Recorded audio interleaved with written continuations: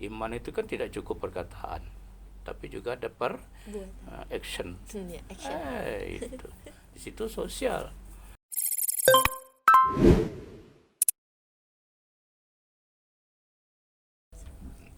Assalamualaikum warahmatullahi wabarakatuh.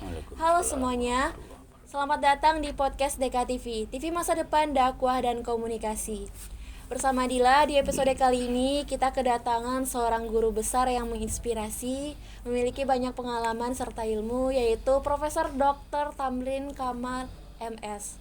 Baik Pak, Assalamualaikum warahmatullahi wabarakatuh Pak. Waalaikumsalam warahmatullahi wabarakatuh. Bagaimana kabarnya nih Pak hari ini? Baik-baik saja. Tidak ada masalah. Alhamdulillah. Kesibukan Bapak sekarang nih Pak apa? Iya, yang jelas sebagai dosen ya sibuk. Kalau tidak sibuk bukan dosen. Iya betul Pak. Nih Pak, mungkin di episode podcast kali ini nih Pak, dengan Bapak kita akan membahas mengenai banyak hal nih Pak, terkait tentang akademi kan Pak, terkait tentang bagaimana mahasiswa, SDM dan permasalahannya nih Pak. Nah, untuk mengawali podcast kali ini Pak, Dila ingin bertanya sih Pak, apa sih masalah akademik institusi sebenarnya tuh Pak? Kenapa masih rendah di titik dan penilaian dari yang diberikan oleh Ban PT gitu Pak? Iya, ini banyak ceritanya ini, panjang lah ya. Panjang ya Pak, kajiannya panjang. Saya bukan memvonis kurang ya. Kalau kita lihat perkembangan dari yang dulu sampai sekarang itu semakin hari semakin meningkat ya. Betul. Itu kita syukuri ya, step by step istilahnya, satu langkah demi langkah nampak kemajuannya gitu. Cuma mungkin ya, karena saya juga dapat nikmat dulu ya jadi asesor Ban PT. Itu dari 2009 sampai 2014, ada sekitar 5 tahun ya. Jadi saya sudah keliling itu melihat berbagai perguruan tinggi ya, tinggi Islam ya, sampai ke Kendari itu ya, Banjarmasin dan sebagainya. Memang di situ kita melihat bahwa memang kan kita bisa memperbanding ya, menjadi perbandingan gitu. Memang kita masih perlu meningkatkan diri lah di bidang akademik itu misalnya, terutama mungkin di bidang administrasinya gitu kan. Tapi sekarang sudah berubah saya lihat ya.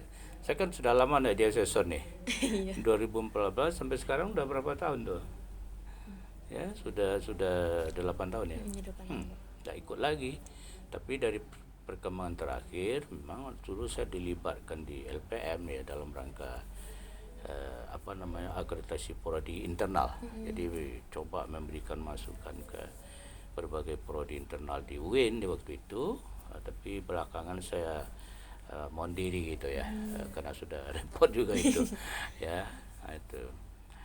Itu administrasi akademik itu yang perlu ditingkatkan. Saya katakan itu kalau Ban PT yang menilai biasanya ya, itu memang nilai akademik itu lebih tinggi. Itu yang istilahnya saya katakan intinya di situ. Walaupun fasilitas menentukan, ini tidak bisa dilepas juga kan. Nanti fasilitasnya tidak memadai ya, jadi masalah juga gitu kan. Jadi memang, tapi yang persoalannya akademik itu yang inti ya dari pemeriksaan itu biasanya itu. Misalnya rekam jejak proses bimbingan itu, kalau dulu tuh belum seperti ini nih, maaf sekarang alhamdulillah kita ya. Artinya bimbing Sianu dibimbing tanggal sekian ada rekam jejaknya gitu kan. Jadi jelas proses perkembangan dari tugas akhir mahasiswa itu. Mulai dari seminar proposal ya sampai ke ujian akhirnya, munakasah sila kita itu jelas sekali terbaca. Ini kan administrasi. Itu harus rapi misalnya itu kan. Lalu perbedaan akademik dulu nih Pak dengan akademik sekarang, apakah Bapak merasakan ada pembaharuan atau hal yang harus dilakukan gitu Pak? Pembaharuan pasti, kalau tidak ada pembaharuan tidak ada peningkatan. Pembaharuan itu penting ya, cuma mungkin masih ada yang perlu ditingkatkan itu. Walaupun ada pembaharuan, masih ada yang harus ditingkatkan bidang akademik itu. Contohnya saja kan, kalau UIN Jakarta kita coba membandingkan, itu mungkin dari segi nilai akreditasi mungkin tolak belakang dari kita.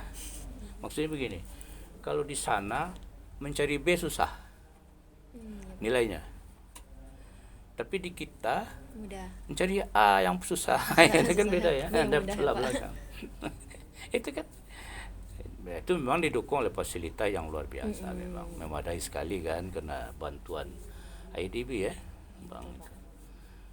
Nah, untuk masalah ini Pak, kita akan bahas tentang SDM tuh Pak, tentang kedisiplinan dan penempatan nih Pak. Jadi SDM sebenarnya apa yang harus diperbuat gitu Pak untuk sekarang gitu Pak? Iya, tentu rekrutmen, mulai dari mencari apa namanya ya, kalau dosen, calon dosen gitu kan, kompetensi apa yang paling dibutuhkan sekarang. Termasuk itu saya sudah berpikir ya, kalau mau PMI ini ya kita harus apa, bagaimana meningkatkan ilmu sosial itu.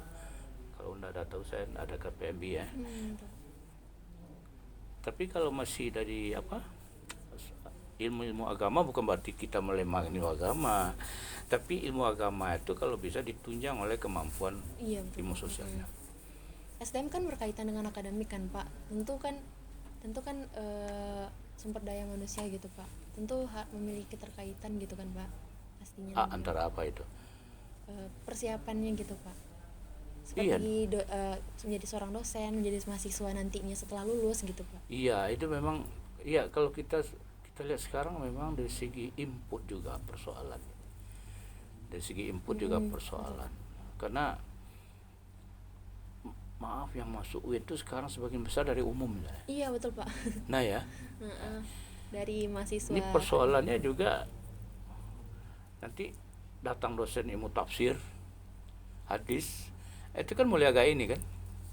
Ini mungkin perlu apa namanya itu ya, perlu, dulu sudah ada di Suludin kelas khusus.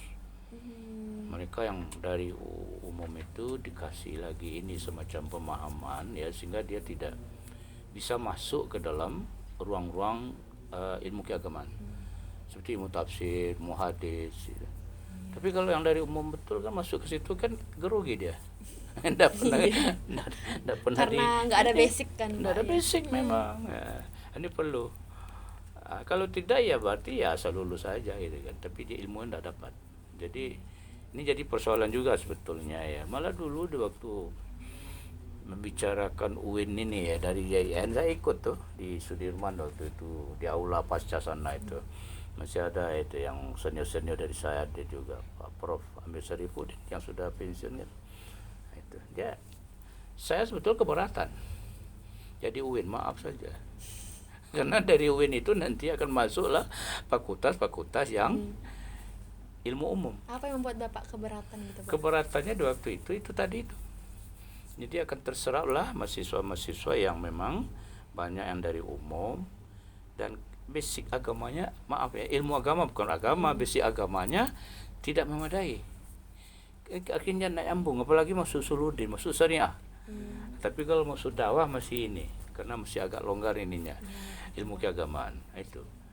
Jadi nanti akibatnya, maaf di waktu itu dibicarakan ya, nanti akan kualitas keislaman akan ini, karena kita inginkan IAIN ini dulu menjadi tafakuh fiddin istilahnya, akan mencetak orang-orang yang paham ilmu agama, itu dasarnya tafakuh fiddin itu. Tapi dalam perkembangan pembicaraan ya, karena sudah semua mau jadi UIN, apa boleh buat itu. Di mana-mana IAIN sudah jadi UIN, otomatis membonjol ikut gitu ya. Jadi persoalannya di situ. Seharusnya juga sekarang itu di UIN ini juga membuat satu lagi kelas khusus itu. Memang orang-orang dari MAN, dari apalagi dari pesantren ya, dari MAN swasta itu ya, ada semacam kelas khusus untuk dia. Jadi gunanya nanti kelas khusus di UIN ini untuk mereka yang dari umum gitu ya Pak? Enggak, maksud saya ini yang dari apa dulu, untuk meningkatkan keagamaan itu.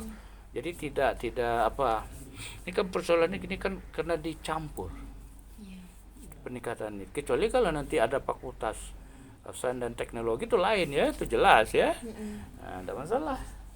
Tapi kalau dia masuk ke syariah dari SMA IPA lagi masuk ke syariah. Sana itu kan persoalan hukum-hukum Islam, Iya, ya hukum-hukum ini. Jadi agak kerja keras dia.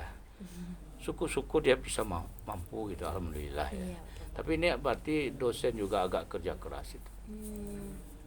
Coba bayangkan orang tidak ada basis ilmu hadis, fikih, apa lagi, kawaid, ya dalam bahasa Arab itu tidak ada basis sama sekali, mau masuk, coba. Harus ngulang dari awal. Berarti dosen harus putar otak nih bagaimana caranya itu kan. Ini satu yang tantangan bagi dosen yang mengajar mata kuliah yang berhadapan dengan mahasiswa yang seperti itu. Betul, Pak. Ini persoalannya. Nah, pertanyaan tentang Bapak kan seorang dosen FDIK ya Pak gitu. Dosen apa? FDIK kan Pak. Fakultas Dakwah dan Ilmu Komunikasi nih Pak. Iya. Jadi menurut bagi Bapak nih Pak, apa yang diperlukan oleh mahasiswa FDIK sekarang Pak, dan apa yang membedakan kita dengan mahasiswa ilmu komunikasi lainnya gitu? Iya, saya rasa memang yang digagas oleh Pak Kusairi ini sudah mengarah ke situ. Saya apresiasi. Ya kan? Iya, betul, kita akan perlihatkan inilah wadahnya Pak. Fakultas Dakwah yang menonjol KPI kan gitu. Tapi ini semua berdakwah. Ada yang ditonjolkan ya, sehingga saya inginkan begitu ya, bahwa misalnya Fakultas Dakwah membonjol itu ya beda dengan Fakultas Dakwah Jambi, bukan baru misalnya kan. Nah, tapi harus cari apa kira-kira bisa membedakan, yang bisa untuk dijadikan basic ya, sehingga orang ini wah kalau membonjol tuh KPI-nya yang main-main. Nah itu misalnya. Nah, itu maksud saya. Tentu ada sesuatu yang diperbuat, kalau enggak itu enggak mungkin itu terjadi. Nah, ini berarti kerja keras dari yang terkait ya, tentu saja dari unsur pimpinan juga, dosen dan juga tenaga pendidikan dan juga mahasiswa. Tidak bisa lepas dari situ. Iya. Nah, Dila ingin bertanya nih Pak, sebagai seorang mahasiswa dakwah nih Pak, dan jurusan Dila kan juga KPI komunikasi kan Pak gitu. Apa yang membedakan kami sebagai mahasiswa dengan mahasiswa komunikasi di UNAN nih Pak? Kan dengan sarjananya kan esos gitu Pak, dengan sementara mereka eskom gitu Pak. Kenapa yang KPI ini nih esos gitu Pak? Itu kan terjunannya ke sosial gitu Pak, hampir sama dengan mahasiswa yang lulusan dengan antropologi dan juga sosiologi gitu Pak. Itu mengapa gitu Pak? Kenapa tidak eskom saja gitu Pak? Apa karena kami berada di bawah naungan Fakultas Dakwah gitu? Iya, saya melihat kalau komunikasi di dakwah dengan di UNAN atau di U4 di mana-mana, saya melihat komunikasi dakwah itu ada plusnya, ada nilai tambahnya. Apa? Agama. Artinya saya maksud tadi, ya kita dituntut bagaimana sosialisasi ilmu-ilmu sosial, islamisasi ilmu-ilmu sosial. Bagaimana ilmu-ilmu sosial itu diarahkan sedikit ke Islam. Kamu komunikasi, ya kan? Iya, betul, Pak. Coba apa kata-kata komunikasi ada dalam Quran? Banyak. Di waktu menguji mahasiswa komunikasi, Pak Kusai tercengang begitu kan. Saya bilang ada beberapa perkataan itu komunikasi poinnya. Ada kaulan ma'rufah, kaulan sadida. Itu komunikasi. Kaulan itu kan perkataan sadida, perkataan ma'rufah. Itu kan bagian dari komunikasi, itu tidak ada pada UNAN. Iya, itu. Jadi kita bisa memunculkan, itu maksud saya, bahwa komunikasi itu Quran sendiri udah lama bicara. Kenapa kita terungkap sekarang? Jadi kita berhadapan orang itu, pilihlah mana kata yang mungkin. Kaulan mana? Ini kaulan itu kan perkataan. Iya. Ini perlu perkataan sadidah kah, ma'rufah, ada lain-lain. Ada orang UNAN punya? Enggak. Iya. Maaf ya, bukan saya melemahkan, Iya, tidak. betul, Pak. Jadi kita mengambil konsep itu dari Al-Quran, gitu aja hadis Nabi. Saya rasa itu ya yang penting. Pak, untuk pertanyaan terakhir nih Pak. Ya. Bapak kan memiliki banyak karya buku ya Pak ya. Salah satunya nih kami juga ada. Tidak juga banyak saya karya. Karyanya keren-keren ya Pak. Tentang ada teologi sosial Islam, mungkin sahabat-sahabat penonton DKTV bisa lihat karya punya Bapak Tamrin Kamal. Nih, Nila ingin bertanya nih Pak, kenapa Bapak senang sekali atau suka sekali membuat karya yang mengenai sosial Islam, bahkan tentang ketuhanan nih Pak gitu. Iya. Saya sudah buat buku itu, pernah baca nggak? Kadang kalau bahas Saya ketuhanan juga bilang di pusing situ juga Pak. ada sebagian orang berpendapat nih ya. Iya Pak. Kita sebagai seorang mukmin kalau hebat akidah, sudah beriman, sudah menjalankan jalan Islam dengan baik, selesai. Padahal masih ada yang belum. Sosialnya bagaimana? Iya. Nah, di situ. Di situ masuknya. Persoalan sosial juga persoalan ketuhanan bisa lepas. Siapa bilang masalah sosial tidak masalah ketuhanan? Iya, berkaitan ya Pak. Iya dong. Sangat berkaitan. Allah melarang kita zalim. Quran itu masalah sosial. Apa zalim itu tidak masyarakat, tidak masalah sosial. Allah menyuruh kita berusaha, jangan miskin. Miskin itu masalah sosial. Dituntut umat Islam itu bergerak kan? Iya. Movement istilahnya sekarang itu. Bergerak mencari. Faiza quritis shalah fantasiru fil ardh. Kalau sholat terbar di bumi, cari rezeki. Itu bertebar di bumi itu kan channelnya banyak tuh. Itu kan berarti lapangan usaha luar biasa. Jadi itu yang saya angkat di situ. Jadi jangan berarti saya melemahkan ketuhanan, jangan itu. Malah menguatkan ya Pak. Menguatkan, jangan persoalan sosial ditinggalkan. Itu tadi, itu masuknya. Sebagai seorang sosial saya masukkanlah konsep-konsep masalah sosiologi kan gitu. Jadi orang-orang yang berpikiran bahwa misalnya filsafat kan Pak, filsafat tentang ilmu ketuhanan gitu Pak, melemahkan bahkan melunturkan iman kita, akidah kita kan Pak gitu. Tapi dengan buku ini malah sebaliknya kan Pak gitu. Kalau dibaca baik-baik bisa. Aja, Pak. Tapi kalau kadang kan orang kalau baca kan malah menjadi pusing. Lalu Pak. Wah ini Pak Tamrin yang melemahkan. Masalah tauhid katanya kan itu bukan masalah sosial. Iya, saya tahu. Cuma implikasi tauhid itu kan masalah sosial juga. Aplikasinya. Iman itu kan tidak cukup perkataan, tapi juga ada action. Action. Itu. Di situ sosial. Jadi salah kalau orang menuduh saya menulis buku ini untuk melemahkan tauhid. Kalau baca baik-baik malah menguatkan. Baru ini rupanya gitu. Bukan kamu aja yang nyerang saya, mahasiswa saya juga di PMI. Kok Bapak ngarang buku ini? Kok apa gunanya Pak sosial masa? Waduh, kamu nih bagaimana pasal begitu ya? Didudukkan itu baru bisa dia. Jadi ini persoalan memang. Saya lebih senang begitu kan. Dibantah-bantah begitu oleh mahasiswa kan gitu. Berarti dia bisa membaca dengan baik gitu. Saya rasa itu ya. Iya Pak. Ini Pak mungkin karena waktu yang membatasi kita Pak gitu. Dari podcast kali ini Dila mendapatkan banyak pengalaman juga kan Pak, udah bisa bicara langsung dengan guru besar kita gitu dan membahas banyak tentang akademik, tentang mahasiswa. Nah, makasih banyak nih Pak udah hadir di podcast kali ini Pak. Iya, makasih banyak. Sama-sama ya. Semoga sehat selalu ya Pak. Mudah-mudahan, alhamdulillah. Baik Pak, Dila tutup dulu ya Pak. Iya, oke. Sekian podcast kita dengan Bapak Tamrin Kamal. Saya dan kru pamit undur diri. Assalamualaikum warahmatullahi wabarakatuh. Waalaikumsalam warahmatullahi wabarakatuh.